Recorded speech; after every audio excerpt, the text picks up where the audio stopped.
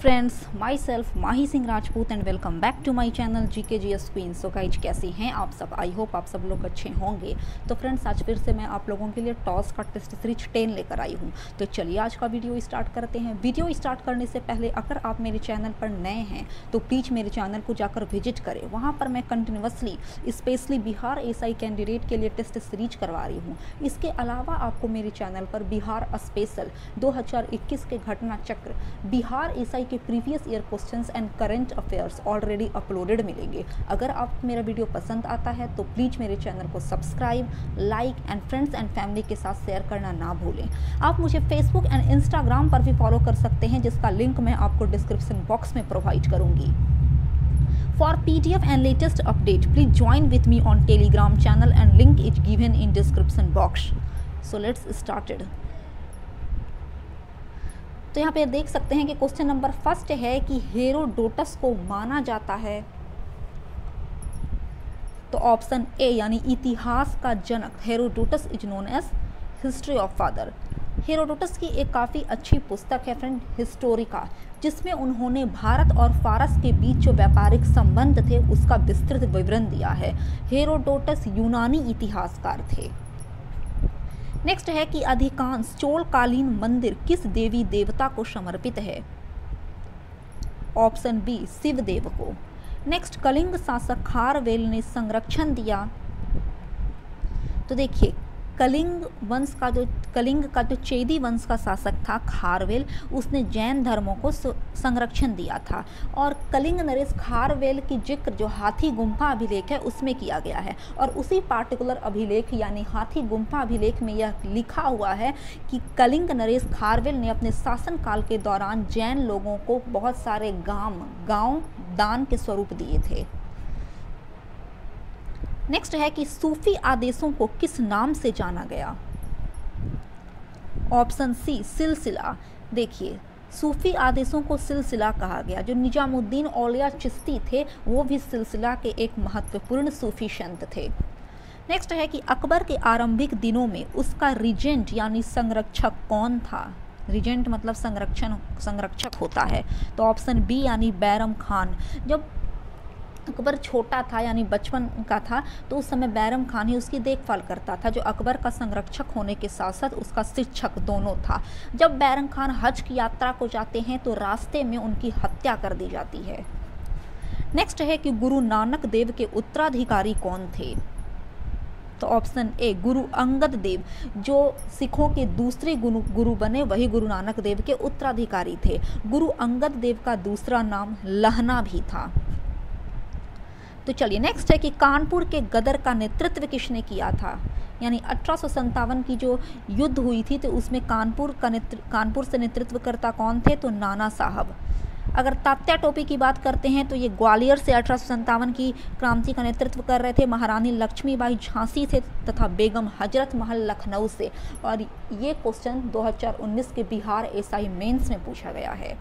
Next है कि दो बसें एक समय में दिल्ली और आगरा से चलती हैं जो एक दूसरे से 300 किलोमीटर दूर हैं। यदि उसकी speed 38 kilometre per hour and 37 kilometre per hour है तो दोनों कितने समय बाद एक दूसरे को पार करेंगी?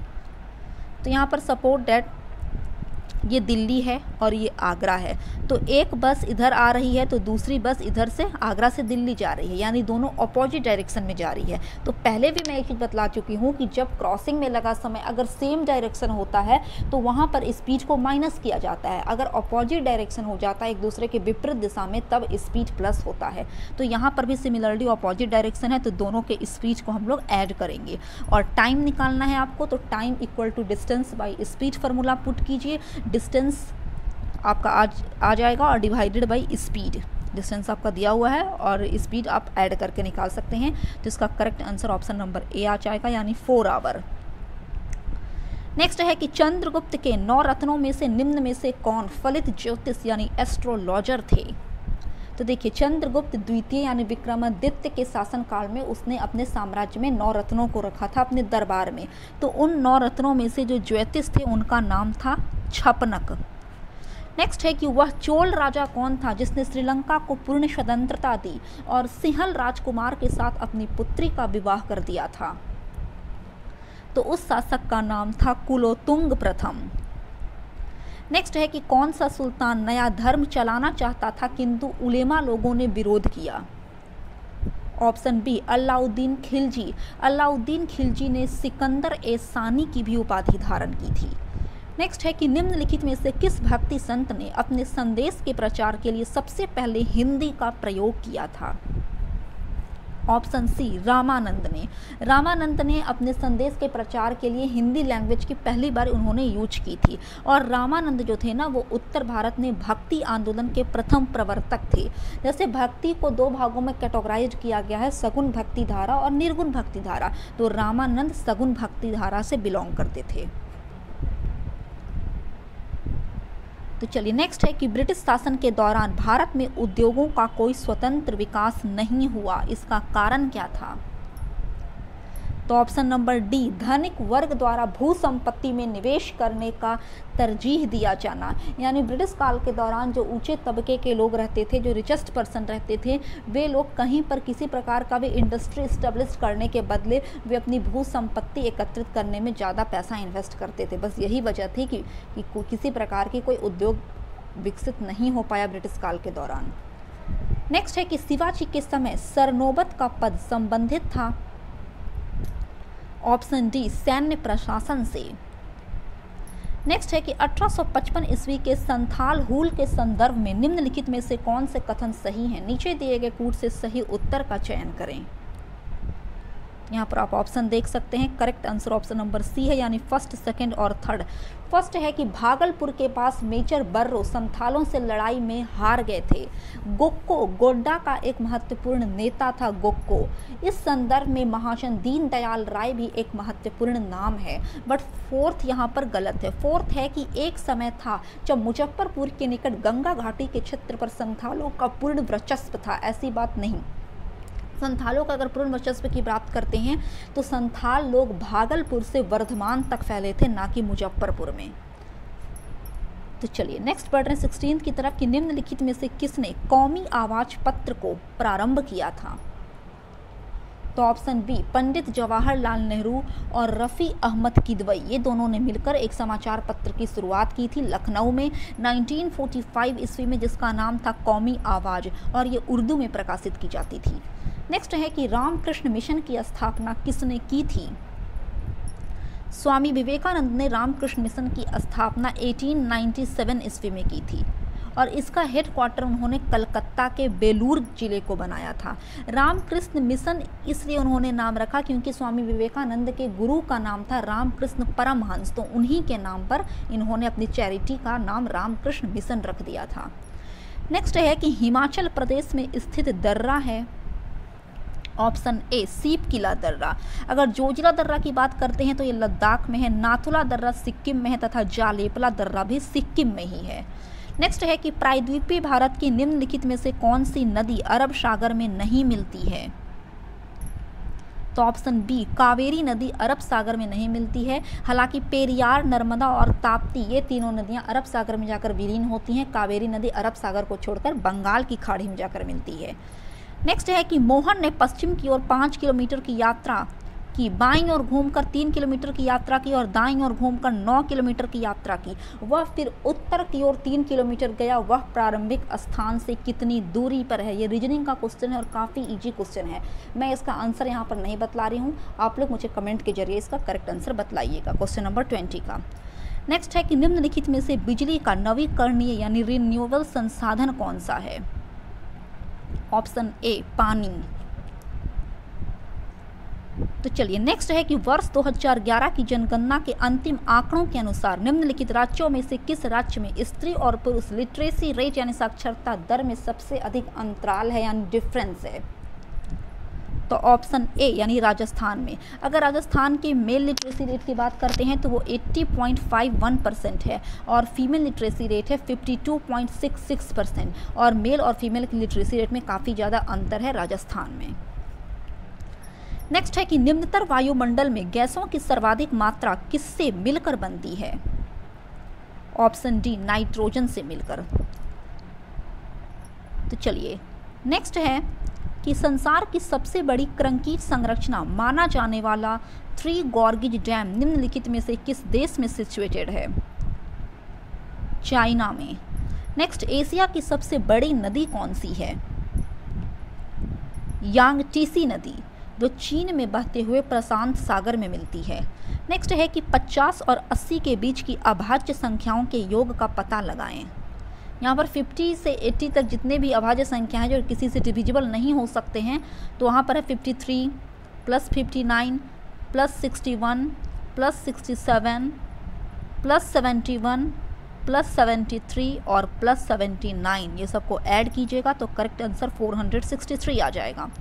नेक्स्ट है कि उत्पादक देशों के निम्नलिखित सेटों में से किसको गोल्डन क्रैंसेट कहा जाता है? तो देखिए, गोल्डन क्रैंसेट किसे कहते हैं? तो यह अगर गोल्डन क्रैंसेट की बात करें ना, तो अफीम के उत्पादन और अवैध व्यापार से संबंधित है, जो अफगानिस्तान, ईरान और पाकिस्तान में विस्तृत है। तो correct answer option number C हो जाएगा, अफगानिस्तान, पाकिस्तान तथा ईरान। नेक्स्ट है कि निम्नलिखित में से कौन सी नदी 3 बार 2 धाराओं में विभक्त हो जाती है और कुछ मील आगे जाकर पुनः मिल जाती है, और इस प्रकार श्रीरंगपट्टनम, शिवसमुद्रम और श्रीरंगम के द्वीपों का निर्माण करती है? Option A is correct, Kaveri नदी। और कावेरी नदी के अगर ओरिजिन पूछ दिया जाए, यानी उद्गम स्थल कहाँ है, तो आप नोट कर सकते हैं इसका उद्गम स्थल है कर्नाटक के कुर्ग जिले में ब्रह्मागिरी पहाड़ी से निकलती है कावेरी नदी, तथा बंगाल की खाड़ी में जाकर विलीन हो जाती है। नेक्स्ट है कि निम्नलिखित में से भारत का कौन सा राज्य मूंगफली का सबसे बड़ा उत्पादक है? नवीनतम आंकड़ों के अनुसार इसका करेक्ट आंसर तो गुजरात हो जाएगा, बट मैं पहले भी बोल चुकी हूँ कि इस प्रकार के जो क्वेश्चन रहते हैं फ्रेंड, जिसमें जनरली आंकड़ा पूछा जाता है, पोजीशन पूछी जाती है, तो करंट अफेयर के टॉपिक में आ जाते हैं। तो अगर आज से कुछ दिन बाद आप इस वीडियो को देखेंगे तो शायद ये गुजरात छोड़कर कोई और स्टेट इसका स्थान ले सकता है, तो आप इसे खुद से थोड़ा सा ध्यान दे लीजिएगा करंट अफेयर को। नेक्स्ट है कि किसी एक क्षण निम्नलिखित नगरों में से किस एक में घड़ी का समय अन्य 3 नगरों के घड़ी के समयों के समान नहीं होता? ऑप्शन डी, आदिस अबाबा, जो इथियोपिया का क्षेत्र है। नेक्स्ट है कि भूमध्य रेखा निम्नलिखित में से किस देश से होकर नहीं गुजरती है? काफ़ी इंपॉर्टेंट क्वेश्चन है। देखिए, भूमध्य रेखा यानी 0 डिग्री अक्षांश की बात करते हैं तो ये एशिया के कुल 13 देशों से होकर गुजरती है, ठीक है ना। अब वे कौन कौन से देश हैं तो आप नोट कर सकते हैं। Ecuador, Colombia, Brazil, Sao Tome, Gabon, Congo राज्य, कांगो का लोकतांत्रिक गणराज्य, Uganda, Kenya, Somalia, Maldives, Indonesia तथा किरिबाती। तो इसका correct answer option number B हो जाएगा, मैक्सिको से भूमध्य रेखा नहीं गुजरती, जबकि केनिया, इंडोनेशिया और ब्राज़ील से गुजरती है। तो कुल कितने देशों से होकर गुजर रही है? तो कुल 13 देशों से होकर गुजरती है भूमध्य रेखा। नेक्स्ट है कि दोहरी नागरिकता यानी डबल सिटीजनशिप निम्न में से किसकी विशेषता है? ऑप्शन बी, संघीय सरकार की, और संघीय सरकार के अंतर्गत डबल सिटीजनशिप अमेरिका में है। नेक्स्ट है कि भारत के उपराष्ट्रपति के पद पर लगातार 2 बार कौन रहे थे? Option A, doctor Sarvepalli Radhakrishnan, जिनका पहला कार्यकाल 1952 से 1957 था और दूसरा कार्यकाल 1957 से 1962 था। तो चलिए, नेक्स्ट है कि निम्न में से कौन सी रिट ऐसी है जो केवल किसी सरकारी पदाधिकारी के विरुद्ध लागू की जा सकती है?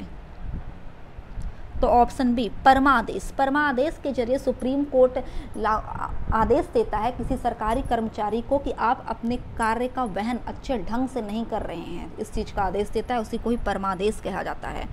नेक्स्ट है कि निम्नलिखित में से कौन सा अध्यक्षात्मक सरकार का एक गुण है?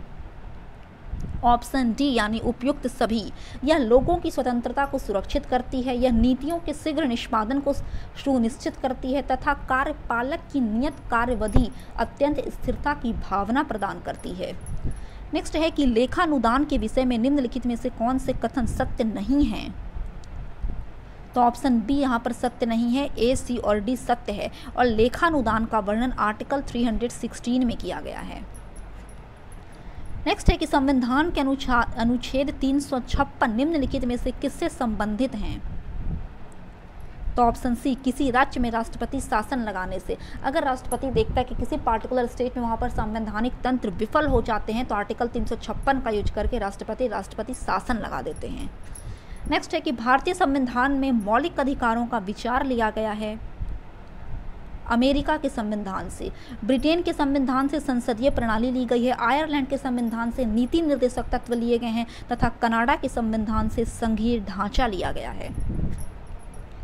नेक्स्ट है कि ऊपरी लागत का आशय उन खर्चों से है जो मशीनरी तथा उपस्कर खरीदने के लिए किए जाएं। नेक्स्ट है कि योजना अवकाश किसके बाद घोषित किया गया। तो अगर प्लान हॉलिडे के बात करें यानी योजना अवकाश, तो ये तृतीय पंचवर्षीय योजना के बाद घोषित किया गया था। नेक्स्ट है कि नकद आरक्षण अनुपात तथा खुले बाजार की संक्रियाओं में विचरण किसके साधन हैं। ऑप्शन ए, मौद्रिक नीति के। अगर खुले बाजार संक्रियाओं की बात करते हैं ना, तो इसका उद्देश्य अल्पकालिक ब्याज दर और अर्थव्यवस्था में बेस मुद्रा की आपूर्ति में जोड़ तोड़ के द्वारा परोक्ष रूप से कुल मुद्रा पूर्ति को नियंत्रित करना है। खुले बाजार की संक्रियताओं का मेन मोटो। वहीं अगर मौद्रिक नीति की बात कर दें, कई एक बार एग्जाम में पूछे गए हैं कि मौद्रिक नीति की घोषणा कौन करता है, तो reserve bank of India. Next है कि महामंदी के परिणाम स्वरूप आर्थिक प्रतिलब्धि के लिए नई व्यवस्था की घोषणा किस अमेरिकी राष्ट्रपति ने की थी। ऑप्शन डी, रूजवेल्ट ने। नेक्स्ट है कि भारत में सबसे पुराना मजदूर संघ संगठन कौन सा है। ऑप्शन सी, अखिल भारतीय मजदूर संघ कांग्रेस यानी AITUC। इसकी स्थापना 1920 ईस्वी में लाला लाजपत राय ने की थी और लाला लाजपत राय ही अखिल भारतीय मजदूर संघ कांग्रेस के पहले अध्यक्ष थे। तो चलिए नेक्स्ट है कि खुले बाजार के संचालन क्या संकेत करते हैं। भारतीय रिजर्व बैंक द्वारा सरकारी प्रतिभूतियों की खरीद और बिक्री। नेक्स्ट है कि एक दुकानदार क्रिकेट के बल्ले को इस प्रकार बेचता है कि 35 बल्लों का विक्रय मूल्य यानी सेलिंग प्राइस 50 बल्लों के CP यानी कॉस्ट प्राइस के बराबर हो तो उसका गेन परसेंट क्या होगा, फाइंड कीजिए। यहाँ पर काफ़ी इजी क्वेश्चन है, आप यहाँ पर देख सकते हैं कि 35 बल्लों का जो विक्रय मूल्य है, देखिए 35 बल्लों का जो SP है ना, वो 50 बैट के CP के बराबर है। ठीक है, तो जब आप इसे काटिएगा तो ये 7 और ये 10 यानी 7 SP equal to 10 CP। But इसको जब रेशियो में आप कीजिएगा ना, तो यहाँ पर देख लीजिए ये हो जाएगा 10:7। ठीक है, तो यहाँ पर सेलिंग प्राइस 10 के अनुपात में है और कॉस्ट प्राइस 7 के अनुपात में है। तो गेन कितना हो गया, तो गेन हो जाएगा SP माइनस CP यानी 10 - 7 करके गेन 3 हो गया। तो गेन परसेंट के लिए फॉर्मूला है गेन बाई CP इंटू 100 यानी 3/7 इंटू 100। तो इसका करेक्ट आंसर हो जाएगा ऑप्शन नंबर बी यानी 42.85%। नेक्स्ट है कि S&P NX 15 निम्न में से किस शेयर मार्केट का सूचकांक है। ऑप्शन बी, NSE का। नेक्स्ट है कि सूचना क्षेत्र शोध एवं अनुसंधान संस्थान सांख्यिकी विद कंपनी के प्रबंधक आदि अर्थव्यवस्था के किस क्षेत्र का प्रतिनिधित्व करता है। ऑप्शन सी, चतुर्थ क्षेत्र का। तो चलिए नेक्स्ट है कि निम्नतम तापमान किसके द्वारा मापा जाता है। तो एल्कोहल थर्मामीटर के जरिए, क्योंकि एल्कोहल का जो फ्रीजिंग पॉइंट होता है ना वो -112 डिग्री सेल्सियस होता है और बॉइलिंग पॉइंट एल्कोहल का 78 डिग्री सेल्सियस होता है। इसलिए यह अधिकतम टेम्परेचर को मापने के लिए उपयुक्त नहीं होता है, जिस वजह से by the using of alcohol thermometer हम लोग कौन से टेम्परेचर को मापते हैं, तो जो टेम्परेचर निम्नतर रहता है उसको मापा जाता है। नेक्स्ट है कि प्रकाश का वेग सबसे पहले किसने मापा था। ऑप्शन सी, रोमर ने 1676 ईस्वी में। नेक्स्ट, हम लघु तरंग के प्रसरणों को दीर्घ तरंग के प्रसरणों की अपेक्षा अधिक अच्छी तरह क्यों सुन सकते हैं। क्योंकि दीर्घ तरंगों की अपेक्षा लघु तरंगों में अधिक ऊर्जा होती है। नेक्स्ट है कि निम्न में से कौन सा बल क्षयकारी बल है। तो घर्षण बल। नेक्स्ट, निम्नलिखित में से कौन सा सर्वोत्तम विद्युत चालक है। तो सिल्वर यानी चांदी। Silver is the best conductor of electricity, but silver थोड़ा प्रीसियस हो जाता है, कॉस्टली पड़ जाता है, जिसकी वजह से हम लोग अपने घर में कॉपर का यूज करते हैं। नेक्स्ट है कि पारद थर्मामीटर का आविष्कार किसने किया था। फ़ारेनहाइट ने 1714 ईस्वी में। नेक्स्ट है कि सीमेंट की खोज किसने की थी। ऑप्शन सी, जोसेफ आस्पदीन ने सीमेंट की खोज की 1824 ईस्वी में। नेक्स्ट है कि ऑयल ऑफ विट्रॉल का रासायनिक नाम यानी केमिकल फार्मूला क्या है? तो H2SO4 यानी sulphuric acid is also known as oil of vitriol. Next है कि निम्नलिखित में से कौन सा कार्बन का एक रूप नहीं है? तो ऑप्शन ए, हेमेटाइट, क्योंकि हेमेटाइट का केमिकल फार्मूला होता है फ्रेंड Fe2O3, ठीक है ना, जो यहाँ पर आप देख सकते हैं आयरन और ऑक्सीजन से मिलकर बना हुआ है, तो ये कार्बन का कहीं से भी रूप नहीं दिख रहा है, तो ऑप्शन ए यहाँ पर करेक्ट हो जाएगा। नेक्स्ट है कि औषधि की वह शाखा जिसमें संश्लिष्ट रासायनिक यौगिकों को शामिल किया जाता है कौन सी है? एलोपैथी। मानव शरीर में संक्रमण को रोकने में मदद करने वाला विटामिन है विटामिन ए। नेक्स्ट, निम्न में से वर्णक प्रोटीन यानी क्रोमोप्रोटीन कौन सा है? Option B is correct, haemoglobin. Next है कि निम्नलिखित में से विशालतम स्थलचर वन्य प्राणी कौन सा है? आप ऑप्शन देखिए और फिर बतलाइए। तो सबसे विशालतम स्थलचर जो प्राणी है ना वो अफ्रीकी हाथी है, क्योंकि अगर इंडियन हाथी से हम लोग अफ्रीकी हाथी का कंपेयर करते हैं ना तो इंडियन हाथी की जो लंबाई रहती है वो 3 मीटर रहती है, 3 मीटर के आसपास, और वेट 6 टन से अधिक रहता है। बट वहीं अगर अफ्रीकी हाथी की बात करें तो इसकी लंबाई 3.45 मीटर होती है और वेट 7 टन से अधिक होता है। नेक्स्ट है कि पेनिसिलिन की खोज किसने की थी? ऑप्शन सी, अलेक्जेंडर फ्लेमिंग ने पेनिसिलिन की खोज की थी 1929 ईस्वी में। और पेनिसिलिन का यूज क्या है? तो इसका यूज है कवक द्वारा जो रोग उत्पन्न किए जाते हैं ना, तो उस कवक द्वारा उत्पन्न रोगों के इलाज के लिए पेनिसिलिन का यूज किया जाता है। नेक्स्ट है कि दांत और हड्डियां किससे मजबूती और दृढ़ता प्राप्त करते हैं? काफ़ी इजी क्वेश्चन है।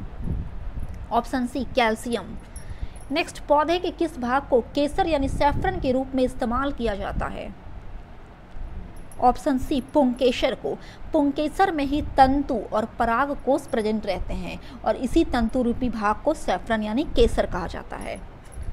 नेक्स्ट है कि जूल ऊर्जा से उसी तरह संबंधित है जैसे पास्कल संबंधित है प्रेशर यानी दबाव से।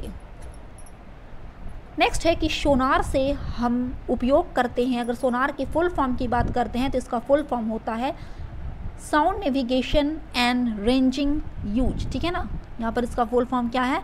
साउंड और नेविगेशन एंड रेंजिंग यूज। इसका जो यूज किया जाता है ना वो पनडुब्बी व समुद्री जहाज का पता लगाने के लिए किया जाता है।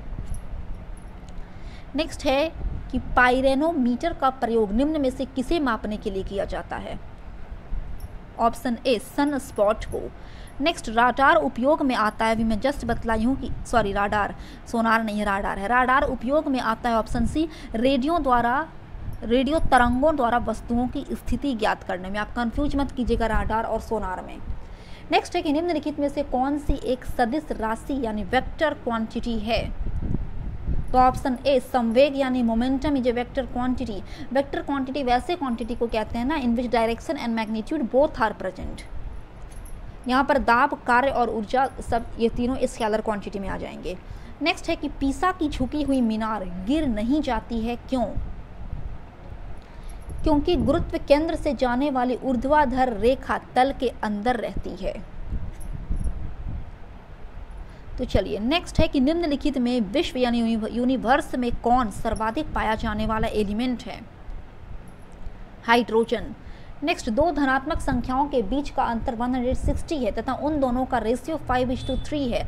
दोनों संख्याओं का गुणनफल बतलाइए। काफ़ी इजी क्वेश्चन है। यहाँ पर आपका डिफरेंस दिया हुआ 5x - 3x = 160, तो x आ जाएगा 80। तो यहाँ पर गुणनफल निकाल दीजिए आप 5x × 3x करके, जब x का वैल्यू पता है तो चलिए आगे बढ़ रहे हैं हम लोग। तो इसका करेक्ट आंसर सॉल्व करने पर आ जाएगा फ्रेंड ऑप्शन नंबर ए। क्या आ जाएगा? ऑप्शन नंबर ए यानी 96,000।